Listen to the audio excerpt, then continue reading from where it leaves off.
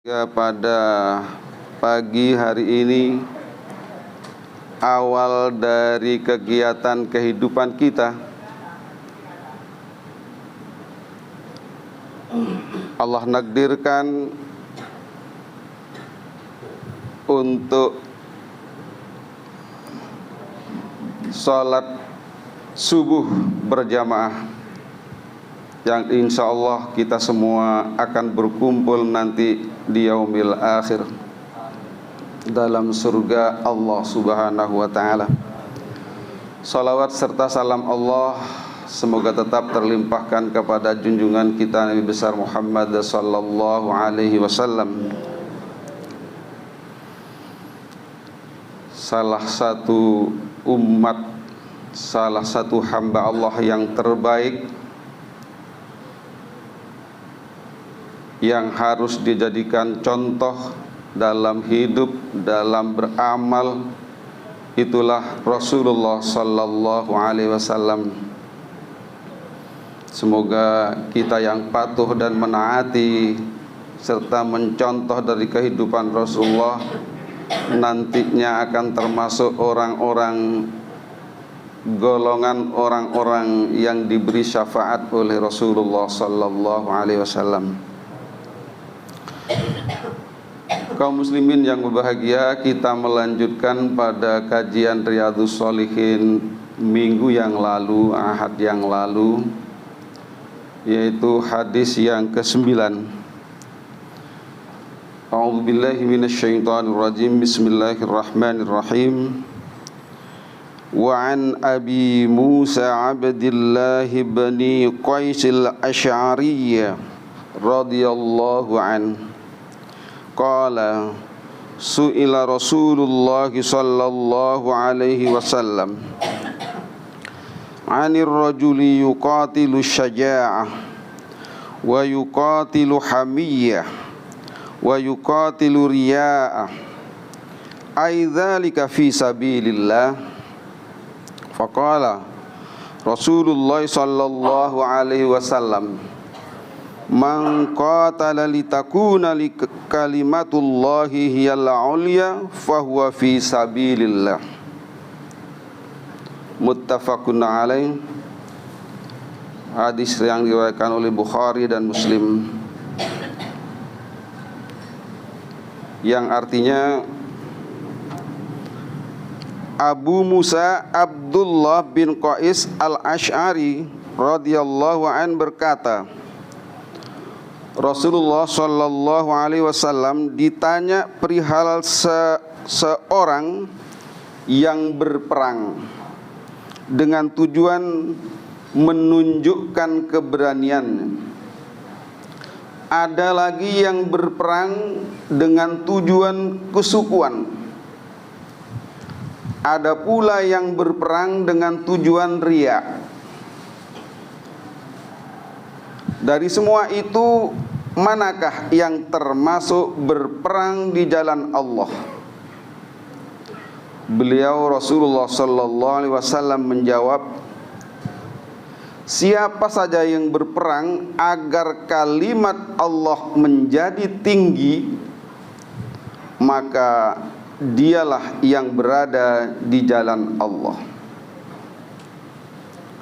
Kaum muslimin yang berbahagia, hadis ini menunjukkan tentang keberadaan niat yang ada di dalam hati. Dahulu pada zaman Rasulullah, ibadah yang tertinggi itu adalah berperang, melawan kekafiran, melawan kemusyrikan yang memang sengaja orang-orang kafir Quraisy menghalangi dan bertujuan untuk bagaimana Rasulullah sallallahu alaihi wasallam bisa berhenti dalam berdakwah dan berjuang di jalan Allah. Ketika Rasulullah sallallahu alaihi wasallam dan para sahabatnya berperang, lalu ada beberapa pertanyaan dari sahabat Rasulullah, bagaimana orang yang berperang itu dikarenakan karena kegagahannya, karena keberaniannya. Dia berperang dengan semangat karena keberaniannya. Misalnya kalau petinju, keganasannya Mike Tyson misalnya, dan lain sebagainya, menunjukkan tentang keganasannya, keberaniannya. Yang kedua, dia berperang dengan kesukuannya, berperang karena menunjukkan kesukuannya. Misalnya suku Quraisy, suku Al-Ghifari dan lain sebagainya. Banyak suku-suku. Misalnya di Indonesia dia berperang melawan Belanda, dia maju karena diandalkannya dia seorang Madura, suku Madura atau suku Jawa dan lain sebagainya, mengandalkan tentang kesukuannya. Kemudian ada yang berperang lagi karena riya. Menurut Imam Nawawi, riya itu ingin dipuji oleh orang lain, ingin mendapat pujian dari orang lain. Itu riya, agar dikatakan orang yang ahli ibadah. Ada orang yang mengatakan bahwa saya ini adalah orang yang terkuat dan lain sebagainya. Itulah riya. Lalu siapa yang berperang itu termasuk berperang di jalan Allah? Maka Rasulullah menjawab, itu adalah orang yang berperang hanya mencari ridha Allah, bagaimana supaya kalimat atau dinullah itu menjadi ulia, tinggi, menjadi tinggi. Itulah orang yang berjalan atau berperang di jalan Allah Subhanahu wa ta'ala. Kaum muslimin yang berbahagia, inilah tentang lanjutan dari bab masalah niat. Memang penting untuk ditata di dalam hati tentang niat. Orang yang bersedekah, orang yang beribadah yang lainnya, orang yang berpuasa, orang yang zakat dan lain sebagainya, itu yang terpenting di sini adalah ditata hatinya, niatnya untuk menjalankan suatu titah atau perintah daripada Allah, semata-mata karena mencari ridha Allah dan menaati perintahnya. Seperti seseorang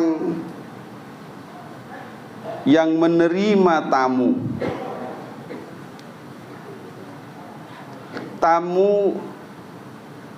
Man kana yu'minu billahi wal yaumil akhir falyukrim dhaifah. Barang siapa yang beriman kepada hari akhir, kepada Allah dan hari akhir, maka hormati tamunya. Itu hanya semata-mata menjalankan perintah itu. Misalnya orang diberi minuman, makanan dan lain sebagainya, hatinya tercurah hanya memenuhi perintah Allah, bahwa kita memang harus menghormati tamu, bukan untuk yang lain-lainnya.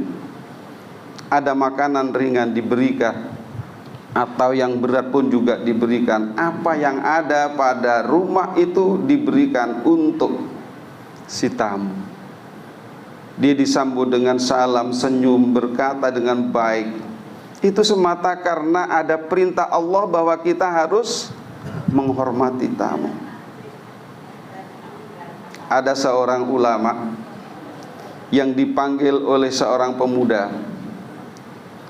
Wahai ulama, saya sekarang membutuhkan kamu, maka datanglah ke rumah. Maka ulama itu datang kepada rumah si pemuda itu. Setelah mau sampai, pemudanya berkata, pulanglah wahai ulama, saya sekarang tidak membutuhkan kamu. Belum masuk rumahnya, kemudian sang kiai atau ulama itu pulang dengan senyum. Pada suatu hari dia membutuhkan lagi. Wahai ulama atau kiai, datanglah ke rumahku, saya sangat membutuhkan kamu. Maka datanglah kiai itu. Belum masuk dia mengatakan, saya sekarang tidak butuh kamu sang kiai, saya sekarang sudah tidak membutuhkan kamu. Maka pulanglah. Ulama itu pulang dengan senyum dan kemudian yang ketiga kalinya pemuda itu memanggil lagi, kiai, saya membutuhkan kamu. Maka datanglah ke rumah. Datanglah sang kiai. Setelah sampai di rumahnya, dia mengatakan, saya tidak butuh kiai lagi. Maka dia pulang dengan senyum. Lalu dipanggil oleh pemuda itu dengan menangis, wahai kiai, mengapa kamu tidak marah? Dipanggil saya, yang panggilan itu tidak disambut dengan baik, karena saya sudah tidak membutuhkan. Mengapa kiai ini sabar dan lain sebagainya. Wahai pemuda, kata kiai, saya datang dipanggil kamu dan saya disuruh pulang oleh kamu, pemuda. Hanya saya mematuhi perintah Allah bahwa saya ini harus baik terhadap jaroh, kepada tetangga, kepada orang lain. Saya tidak marah, karena saya dipanggil, saya menghormati kamu. Tidak karena apa? Karena perintah Allah suruh menghormati kamu, menghormati orang lain, tamu, tetangga dan lain sebagainya. Dan saya pulang, itu saya tidak marah, karena saya mematuhi perintah tetangga, saya tidak dibutuhkan. Mulia sekali, karena dia berbuat dan beramal hanya mematuhi perintah Allah. Ingat kepada perintah Allah, menaati perintah Allah. Kaum muslimin yang berbahagia, barangkali kalau terjadi pada diri kita hal-hal yang menyakitkan hati, hal-hal yang bisa membuat orang marah, maka kita akan marah. Tetapi orang yang dekat kepada Allah, hanya mencari ridha Allah, siapapun yang menyakiti hati kita, yang tidak mengenakan kepada kita, maka kita akan menghadapi dengan sabar, karena itu adalah merupakan perintah Allah supaya kita menghadapi dengan baik. Kaum muslimin yang berbahagia, itulah niat ditata di dalam hati. Kita memakai sorban, kita memakai kopiah putih, bukan untuk dipuji bahwa dia dipanggil seorang haji dan lain sebagainya, tapi dia adalah memakai dan tidak, itu hanyalah merupakan jalan untuk mematuhi perintah Allah. Kaum muslimin yang berbahagia, saya kira itu kandungan daripada hadis tentang bab niat pada Riyadhus Shalihin ini, pada hadis yang ke-9, yang nantinya minggu yang akan datang dilanjutkan oleh pemateri ustadz-ustadz yang lain. Marilah kita jadi umat, jadi hamba Allah yang selalu menjaga hati, menjaga kebersihan hati. Qad aflaha man zakkaha, sungguh beruntung bagi orang-orang yang membersihkan hatinya atau membersihkan jiwanya. Semoga kita termasuk golongan orang-orang yang selalu berusaha untuk menata hati agar diterima segala amal ibadah kita. Demikian, jika ada salah saya mohon maaf. Assalamualaikum warahmatullahi wabarakatuh.